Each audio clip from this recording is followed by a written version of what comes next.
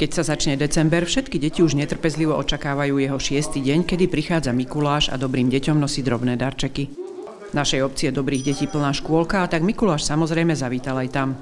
Priniesol plný batoh balíčkov a deti si preňho a jeho sprievod, 2 anielikov a čertíka, pripravili z vďačnosti pekný program.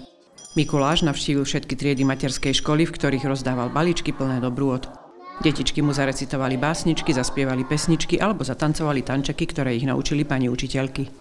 Pre nich sme robili aj básničky, pesničky, všeličo možné. Za to sme dostali cukríky v balíčkoch. Sme spievali aj básničku, lebo prišli nám dať sladkosti do poslúchal. Veľmi rád som prišiel, deti ako minulý rok aj tento rok boli veľmi poslušné, dokonca ani čert nemal robotu, zatiaľ len v zácviku, ale tak táto škôlka je výnimočná, deti sú poslušné a tie, ktoré neposlúchajú, tak slúbili, že budú poslúchať.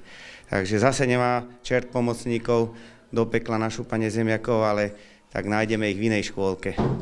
Deti nám prezradili, že darčeky od Mikuláša si našli aj doma.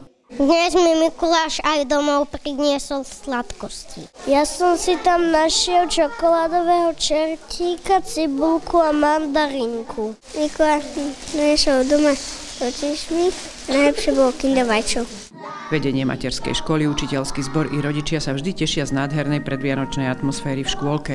Detičky sa tešia z milej vianočnej výzdoby a najmä z návštevy Mikuláša.